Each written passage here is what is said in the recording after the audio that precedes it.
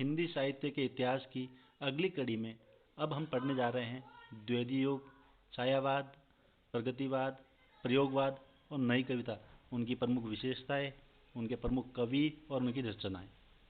शुरू करते हैं। सबसे पहले द्विवेदी युग का जो नामकरण है वो महावीर प्रसाद द्विवेदी के नाम से पड़ा। इसके नाम से महावीर प्रसाद द्विवेदी के नाम से द्विवेदी युग का नामकरण हुआ। इसको जागरण सुधार काल भी कहा जाता है, ध्यान रखना, इसको जागरण सुधार काल भी कहा जाता है।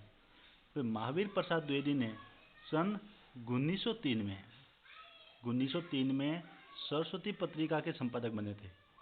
1903 में सरस्वती पत्रिका के संपादक बने। अब द्विवेदी युग की प्रमुख प्रवृत्तियां या विशेषता क्या हैं? तो द्विवेदी युग की जो प्रमुख प्रवृत्तियां हैं उसमें हम पढ़ने जा रहे हैं।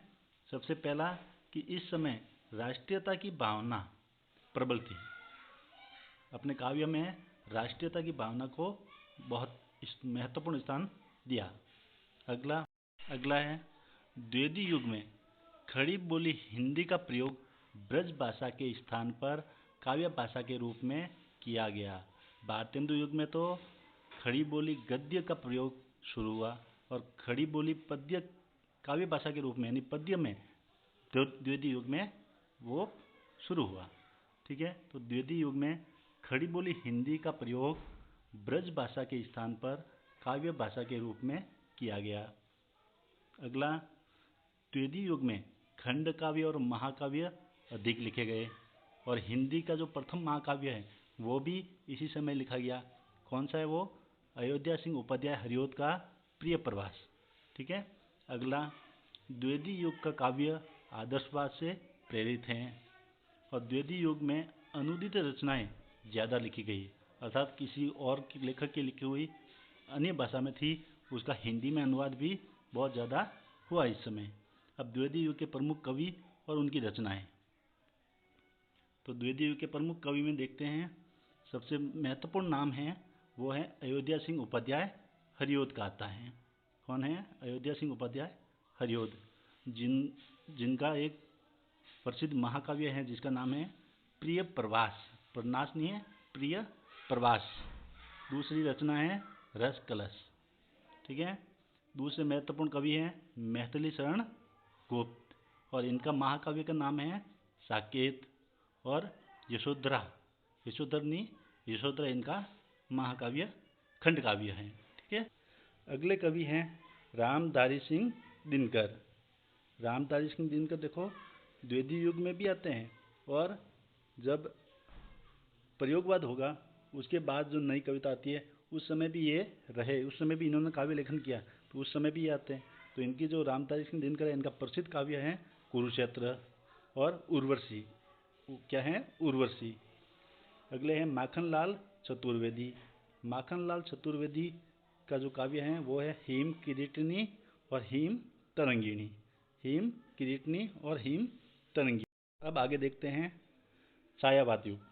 छायावाद युग की प्रमुख विशेषता क्या है कि छायावाद की प्रमुख विशेषताओं में आत्मा अभिव्यंजन रही, अर्थात छायावादी कवियों ने क्या मुख्य विशेषता है? आत्मा अभिव्यंजन, अर्थात छायावादी कवियों ने काव्य की विषय वस्तु अपने व्यक्तिगत जीवन से ही खोजने का प्रयास किया। काव्य लिखे लेकिन वो जो विषय वस्तु थी वो अपने आसपास में जो भी घटनाएं हो रही है या जो भी हैं उनसे ही उन्होंने खोजने का प्रयास किया। अगली विशेषता है छायावादी कवियों में कविता में श्रृंगार रस की प्रतिष्ठा हुई, अर्थात इस काल के कवियों ने श्रृंगार के संयोग और वियोग, श्रृंगार के दो भाग होते हैं श्रृंगार रस के, संयोग और वियोग दोनों पक्षों का आकर्षक चित्र प्रस्तुत किया अपनी कविताओं में। अगली विशेषता, छायावादी काव्य में रहस्यवाद की प्रवृत्ति अधिक पाई गई, यानी कि इनकी कविताओं में रहस्यवाद की प्रवृत्ति जो है वो प्रमुख रूप से उपलब्ध होती हैं। अगली विशेषता, छायावादी काव्य में दुख और वेदना यानी तड़प, दुख और वेदना भाव की अभिव्यक्ति हुई। इस समय जो काव्य लिखे गए उसमें दुख और वेदना, क्योंकि खुद महादेवी वर्मा इसी समय की कवियत्री है, वो खुद कहती है मैं नीर भरी दुख की बदली, कहती है तो इस समय दुख और वेदना भाव की अभिव्यक्ति ज़्यादा हुई। आगे देखते हैं सायावाद के प्रमुख कवि और उनकी रचनाएं। तो आपको पता है सायावाद के 4 स्तंभ हैं जिनको ब्रह्मा विष्णु महेश और दुर्गा भी कहते हैं। ठीक है, तो सायावाद के प्रमुख कवि हैं, उसमें सबसे महत्वपूर्ण है जयशंकर प्रसाद। कौन है? जयशंकर प्रसाद। और उनकी जो रचनाएं हैं उसमें झरना, आंसू, लहर और कामायनी इनका महाकाव्य है, ये प्रमुख रही। अगले हैं सूर्यकांत त्रिपाठी निराला। इनकी जो रचनाएं हैं वो है अनामिका, परिमल, कुक्कुरमता, गीतिका, अणिमा, अनेक रचनाएं हैं। तो उसमें महत्वपूर्ण है अनामिका, परिमल, ये याद रखें। अगले कवि हैं सुमित्रा नंदन पंत। सुमित्रा नंदन पंत को प्रकृति का सुकुमार कवि भी कहा जाता है। प्रकृति का सुकुमार कवि भी कहा जाता है। इनकी जो रचनाएं हैं वो है ग्रंथि, वीणा, पल्लव, लोकायतन इनका महाकाव्य है। ठीक है, अगली जो कवित्री हैं सायावादी वो है महादेवी वर्मा। और महादेवी वर्मा की जो प्रमुख रचनाएं हैं उनमें है निहार, रश्मि, यामा, निर्जा, दीपशिखा। और यामा के लिए इनको ज्ञानपीठ पुरस्कार भी प्राप्त हुआ है। अगला है प्रगतिवाद। अब प्रगतिवाद की जो विशेषताएं हैं वो हैं नंबर पहली, शोषितों की दीनता का चित्रण। इन्होंने जो शोषित वर्ग हैं जिनका शोषण हो रहा है उनकी दीनता, उनकी स्थिति का चित्रण प्रमुखता से किया। अर्थात प्रगतिवादी कविता का मूल केंद्र शोषण की चक्की में पीसने वाला किसान, मजदूर आदि की दशा का प्रगतिवादी कवियों ने सहानुभूतिपूर्ण चित्रण किया है।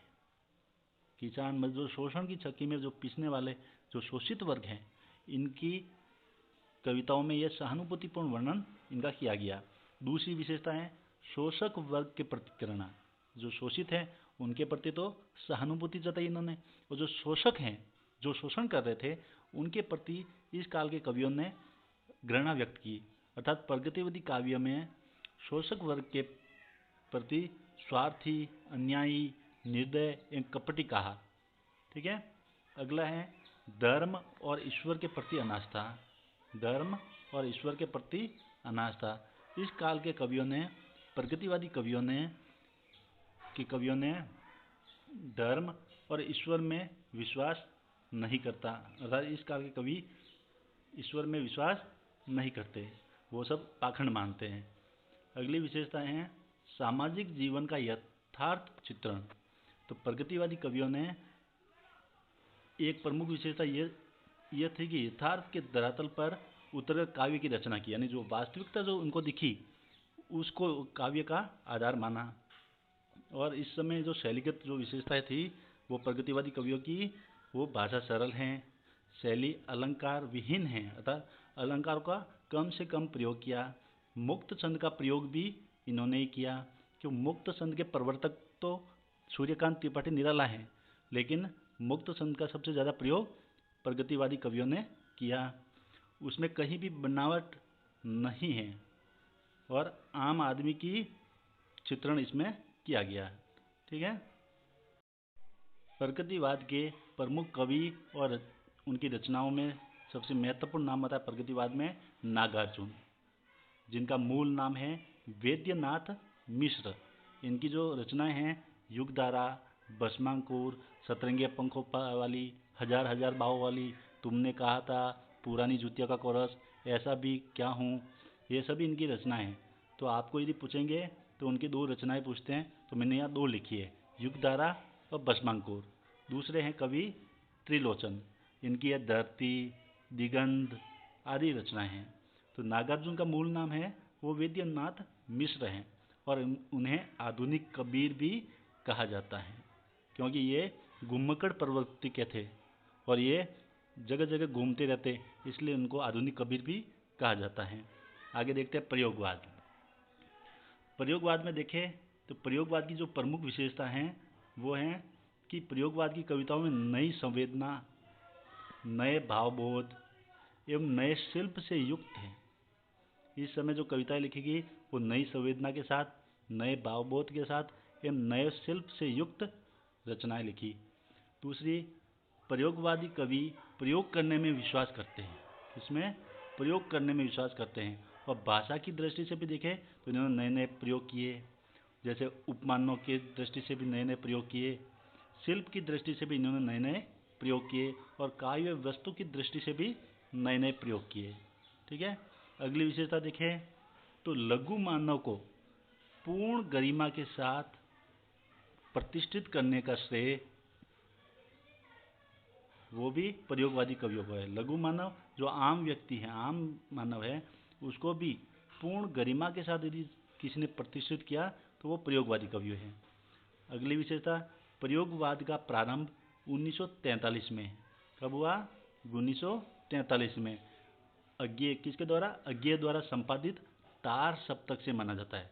तार सप्तक में 7 कवियों का समूह था से माना जाता है। अब प्रयोगवाद के प्रमुख कवि और उनकी रचनाएं वो देख।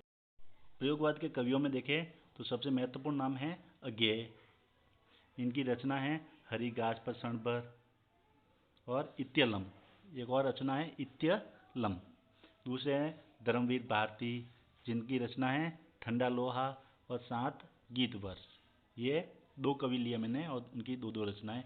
तो अज्ञेय की एक तो यहाँ पे लिखी हुई है हरिघास पर क्षणभर और एक और है इत्यलम। ठीक है। बाकी और भी रचनाएं बाबरा, अहेरी वगैरह, तो आपको 2 याद रखनी है। अगली देखें तो नई कविता की प्रमुख विशेषताएं। नई कविता में देखें तो इसमें नवीनता है, नई कविता में नयापन है, इसलिए इसको नई कविता नाम दिया।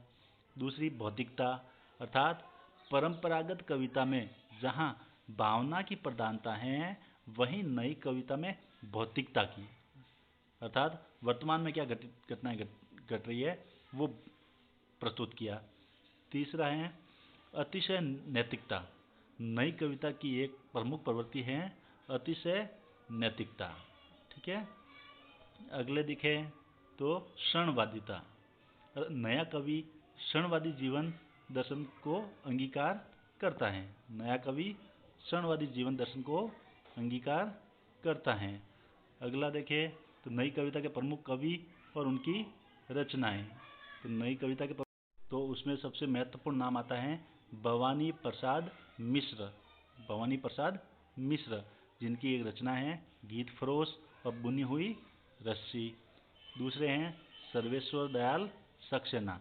इनकी जो रचना है वो काठ की घंटियाँ, काठ की घंटियाँ, बांस के पुल, कुआनो नदी, और इनका एक नाटक भी है बकरी नाम से, वो भी बहुत प्रसिद्ध रहा। ठीक है। अब अगली कड़ी में हम जो महत्वपूर्ण प्रश्न है वो लेकर आएंगे। धन्यवाद।